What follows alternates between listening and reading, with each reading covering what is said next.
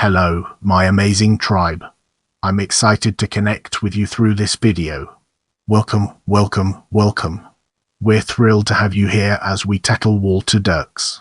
Walter Dirks, 8 January 1901 in Hörde, North Rhine-Westphalia, 30 May 1991 in Wittnau, Baden-Württemberg, was a German political commentator, theologian, and journalist. Now, let's shift our focus to life and career and embark on an intellectual exploration of its various dimensions. From 1923 he wrote for the literary section of the Frankfurt Journal, described as left Catholic. He also served as secretary to Romano Guardini, an Italian-born German priest and influential theologian of the 20th century. In 1933 the journal was shut down by the new Nazi regime. Dirks was arrested, but released after the paper was confiscated. Opposed to National Socialism, Dirks spoke in public forums to stop the Nazi rise. He favored an alliance between the Catholic Centre Party Deutsche Zentrumspartei and the Social Democratic Party of Germany SPD. Writing in the August 1931 issue of the journal, he described the Catholic reaction to Nazism as open warfare. John Cornwell, Hitler's Pope, The Secret History of Pius XII, New York, Viking, 1999, page 108. Catholic criticism of the National Socialists was vehement and sustained in the press and from the pulpit. The Catholic journalist Walter Dirks described the Catholic reaction to Nazism as open warfare. The ideology of the National Socialists, he asserted, stood in blatant, explicit contrast to the Church. Insert by Cornwell. His dissertation was to remain unfinished, due in part to its likely rejection with the Nazis in power. In it Dirks discussed the 1923 book History and Class Consciousness by Georg Lukács. To avoid its seizure by the Gestapo during house searches, the manuscript was said to have been burned. From 1934 he worked at the Frankfurter Zeitung, first as a music critic, then from 1938 as editor of its literary section. The government closed the newspaper in 1943, and Dirks was forbidden Schreiberverbot to publish any of his writing. He began work at the Catholic publisher Verlag Hörde. Dirks is the author of several dozen books. He was active in the post-war reconstruction of the city of Frankfurt. Dirks also participated in forming a new political party, the Christian Democratic Union (CDU), joining Protestants and Catholics. In a 1946 article, Eugen Kogan, Clemens Münster, and Walter Dirks advanced the vision of a Christian socialist future for a democratic Germany. The CDU, however, took another direction. From 1946 Dirks was co-editor of Die Frankfurter Heft. At Westfunk, a public radio corporation, from 1949 Dirks was a political commentator on domestic issues. During he worked with Theodor Adorno at the Institute für Sozialforschung IFS, then home of the Frankfurt School of Social Criticism. From 1956 to 1967 he was manager in Cologne of public television Westdeutscher Rundfunk. He co-founded in 1966 the Bensberger Kreis, a circle of Catholic intellectuals. Dirks, an advocate for socialism, was an opponent of nuclear weapons and rearmament. With other writers such as Eugen Kogan in Die Frankfurter Heft, he articulated these positions.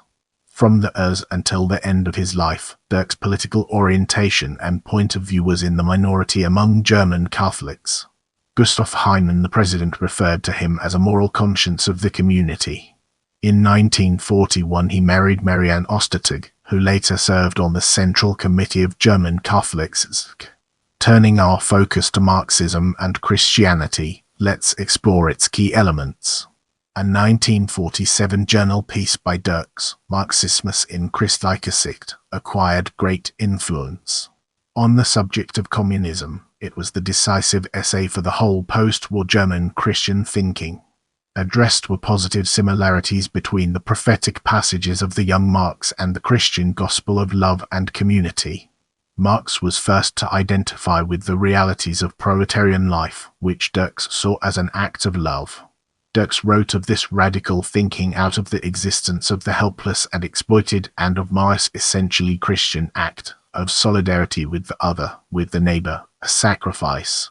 In terms moral and spiritual, Marx had described the human relations in producing and the real world of power conflicts and selfish drives, without idealizing it.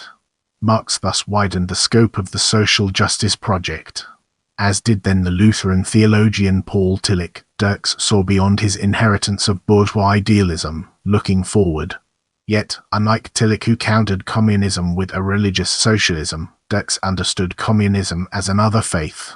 Accordingly, he faulted Marx for an Hegelian pantheism and for confusing spirit and ideology.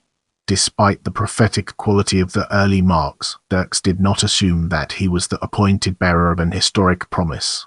Rather, the moral claim on the Christian was to acknowledge, to listen to, and to minister to the working class.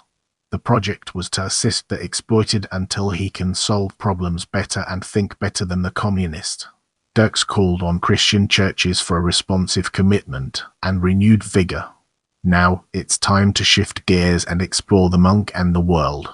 Dirks here describes himself as a lay Catholic Christian, mentioning other like authors Chesterton, Belloc, Roy, Hello, and the novelist Bernanos P2. He introduces his book as one intending to show what benefit comes to the secular world from the monks. The point of view taken is journalistic. He tells it from a personal way of thinking that seeks a pathway through secular realities to develop a consciousness of the unity, so that one may share in the true entirety of the history of God. P31. How do we laity benefit from the witness of monks? They live their lives in common, under vows of poverty, obedience, and chastity. To answer the question, we must comprehend how this lifestyle deviates so astonishingly from the norm of human existence. P33. In the main, Dirks offers brief narratives of the major founders of monastic institutions: Street Benedict, Street Francis, Street Dominic, and Street Ignatius. Each began in part as an answer to a historical challenge. About Street Francis, Dirks historically situates the start of the Franciscan order when medieval societies began to transform into urban business cultures. Buying and selling became a focus in the evolving role of the merchant. Hence the laity faced novel situations. Street Francis is quoted expressing the connection between violence and property. "Sir, if we had property, we would need weapons for our protection.